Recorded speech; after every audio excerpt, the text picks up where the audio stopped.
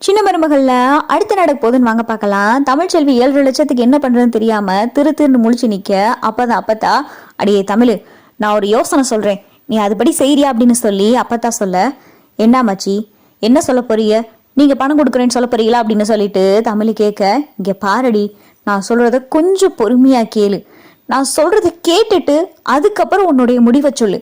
அதே முன்னாடி நீ இந்த 7,00,000க்கு நான் கொடுக்க போறத நீ வாங்கலைன்னா இந்த நிமிஷமே நான் இந்த வீட்டை விட்டு கிளம்பி போய்கிட்டே இருப்பேன். ராஜாங்க வீட்டுக்கு மட்டும் போவேன் நீ நினைச்சிடாத, அப்படியே போயிருவேன். போய் என்னுடைய உசுரை ஆத்தங்கரையிலயோ குளத்திலயோ எங்கேயாவது விழுந்து மாச்சுக்கிருவேன் அப்படின்னு சொல்லி அப்பத்தா சொல்ல, அம்மாச்சி என்ன சொல்லிக்கிட்டு இருக்கீ அப்படின்னு சொல்லி தமிழ் பதற, ஆமாடி நான் சொல்றது உண்மைதான்.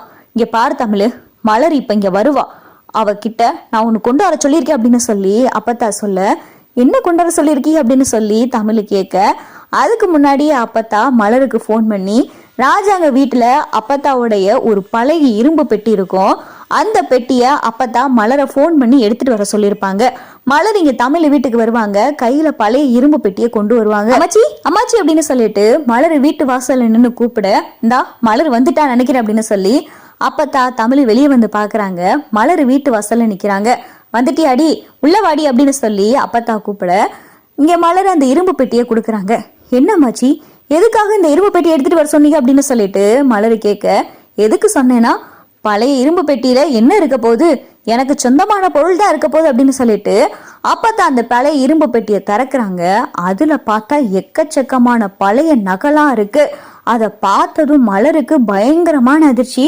என்னம்மாச்சி இதெல்லாம் அப்படின்னு சொல்லிட்டு தமிழ் கேட்க, என்னன்னா இதெல்லாம் எனக்கு எங்க அப்பா போட்டது, அந்த காலத்துல இருந்து பரம்பரையா இருந்து வந்த நகை எல்லாமே சுத்த தங்கண்டி, இதுல இருக்கிறது 300-400 பவுன் நகை அப்படின்னு சொல்லிட்டு அப்பத்தா சொல்ல, 300-400 பவுன் அப்படின்னு சொல்லி இங்க தமிழ் பயங்கர அதிர்ச்சியோட பார்க்க, ஆமாடி இது எல்லாம் உனக்கு தான், நான் கடைசி காலத்துல உன்கிட்ட கொடுக்கறதுக்காக வச்சிருந்தது, அத இப்ப கொடுக்குற அப்படின்னு சொல்லி அப்பத்தா சொல்ல, அம்மாச்சி இதெல்லாம் உங்க பேரம் பேத்தி உங்க மருமகளுக்கு போய் சேர வேண்டிய நகை, இதை எப்படி எனக்கு சொந்தம் கொண்டாட முடியும் அப்படின்னு சொல்லிட்டு தமிழ் கேட்க, நான் விருப்பப்பட்டு யாருக்கு கொடுக்குறேனோ அவங்களுக்கு தாண்டி கொடுக்க முடியும், இந்த நகையில யாருக்கும் உரிமை கொண்டாடுறதுக்கு எந்த உரிமையும் கிடையாதுடி, இது நானா பார்த்துக்கு யாருக்கு கொடுக்க விருப்பம் இருக்குன்னு நினைக்கிறேனோ அவங்களுக்கு கொடுத்தா போதும்.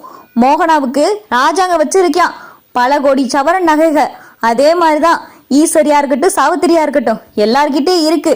ஆனா என் பேத்திடி நீனு, நான் உன்னைய வார்த்தைக்காக மட்டும் பேத்தி பேத்தின்னு சொல்லல, என் மனசாரதான் நான் சொல்றேன், உன்னைய நான் இப்ப வரையும் என் பேத்தியா தாண்டி நினைக்கிறேன், இதுல இருக்கிற நகையெல்லாம் உனக்கு தாண்டி எடுத்துக்கடி அப்படின்னு சொல்லிட்டு அப்பத்தா சொல்ல, இங்க தமிழ் மனசு கேட்க மாட்டேங்குது.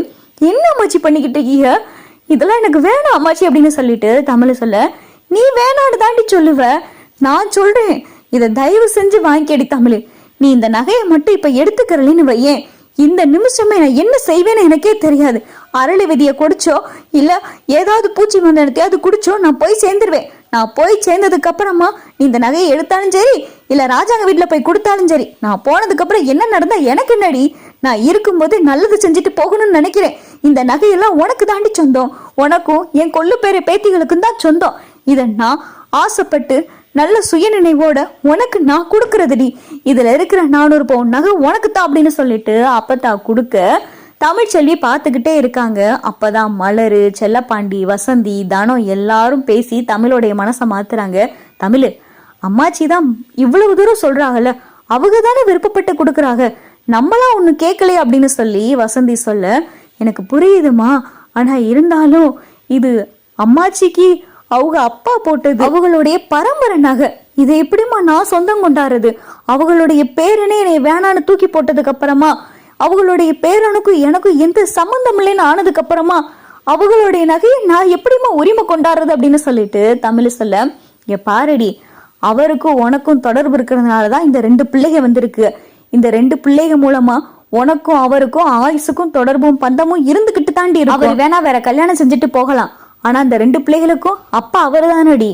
இங்க பாரு தமிழ், அம்மாச்சி சொல்றத கேட்டு அந்த நகையை வாங்கிக்க, அவங்களா தானே கொடுக்குறாங்க, வயசான காலத்துல அவங்க மனசை நோக விடாதடி அப்படின்னு சொல்லிட்டு இங்க வசந்தி எல்லாரும் எடுத்து சொல்லவும் தமிழும் சரின்னு சொல்லி சம்மதிச்சு அந்த நகையை வாங்கிக்கிறாங்க. சரி அம்மாச்சி, நான் வாங்கிக்கிறேன் அப்படின்னு சொல்லிட்டு தமிழ் சொல்ல, அப்படி சொல்லுடி தமிழ், இங்க பாருடி, இந்த நகையை வச்சு செல்லப்பாண்டி இதுல இருக்கிற கொஞ்சம் நகையை எடுத்துட்டு போய் அடகு கடையில வச்சு 7.5 லட்ச ரூபா ரெடி பண்ணிட்டோம் அப்படின்னு சொல்லி அப்பத்தா சொல்ல, சரின்னு சொல்லிட்டு செல்லப்பாண்டியும் நகையை எடுத்துட்டு போய் 7.5 லட்ச ரூபா ரெடி பண்ணிடுறாரு. இங்க மலரு வீட்டுக்கு ராஜாங்க வீட்டுக்கு வந்துடுறாங்க. அப்பதான் கருப்பு கிட்ட, கருப்பண்ணே ஒரு விஷயம் தெரியுமா அப்படின்னு சொல்லி மலரு சொல்ல, என்ன மலரு, என்ன முகமெல்லாம் ஒரு மாதிரியா இருக்கு, என்னாச்சு அப்படின்னு சொல்லிட்டு கருப்பு கேட்க, அப்பதான் ஈஸ்வரி, ஐஸ்வர்யா, சாவித்திரி, தாமரைன்னு சொல்லி எல்லாம் வருதுங்க. என்ன மலரு, என்ன அப்படின்னு சொல்லி கருப்பு கேட்க, அண்ணே இன்னைக்கு அம்மாச்சி போன் பண்ணாங்க, ஏதோ பதட்டமா பேசினாங்க, வீட்டுல இருக்கிற இரும்பு பெட்டியை எடுத்துட்டு வர சொன்னாங்க. நானும் எடுத்துட்டு போய் கொடுத்தேன், ஏதோ விஷயம் அதுல இருக்கு போல நினைச்சு கொண்டு போய் கொடுத்தேன். பார்த்தா அதுல 400 பவுன் நகை இருந்துச்சு. அந்த நகைய அப்படியே அம்மாச்சி தமிழ் சொல்லிட்ட கொடுத்துட்டாங்க. தமிழுக்கு எவ்வளவோ வேணான்னு சொன்னான், ஆனா அம்மாச்சி கேட்கவே இல்லை. அவ்வளவு நகையும் தமிழ்ச்செல்விக்கிட்டே கொடுத்துட்டாங்க அப்படின்னு சொல்லிட்டு மலரு சொல்ல, ஈஸ்வரிக்கும் சாவித்திரிக்கும் பயங்கரமான எதிர்ச்சி. 400 பவுன் நகையா அப்படின்னு சொல்லிட்டு ஈஸ்வரி வாயை பொளந்து கேட்டுக்கிட்டு இருக்கு.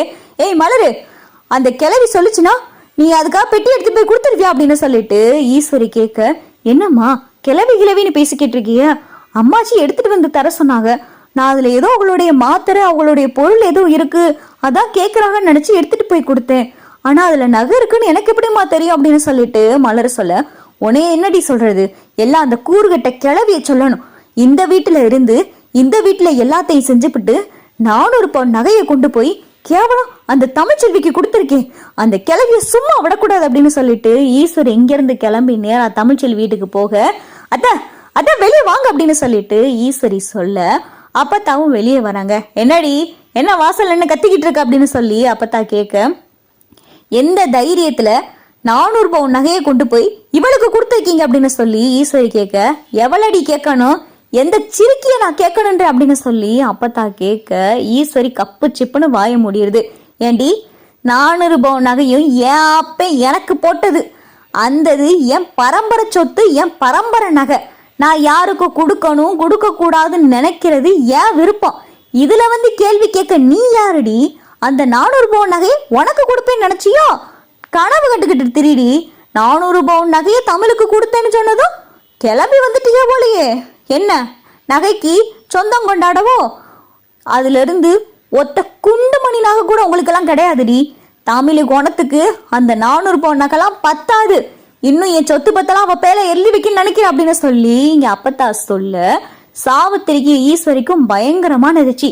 அம்மா என்ன கூறுகட்டத்தனமா பேசிக்கிட்டு இருக்கு அப்படின்னு சொல்லிட்டு சாவித்திரி சொல்ல, என்னடி கூறுகட்டத்தனமா பேசுறாங்க, உனக்கு உன் நொன்னும் செய்வியான், அவன் வச்சிருக்கால பல கோடி சொத்து, அது அவன்கிட்ட போய் கேளு, இது என் பரம்பரை நகை, பரம்பரை சொத்து, அதை நான் யாருக்கு கொடுக்கணும் கொடுக்க கூடாதுன்னு நினைக்கிறது ஏன் பொறுப்படி அப்படின்னு சொல்லி அப்பத்தா சொல்ல, சாவித்திரியால ஈஸ்வரியாலையும் பார்த்தா எதுவுமே பேச முடியல.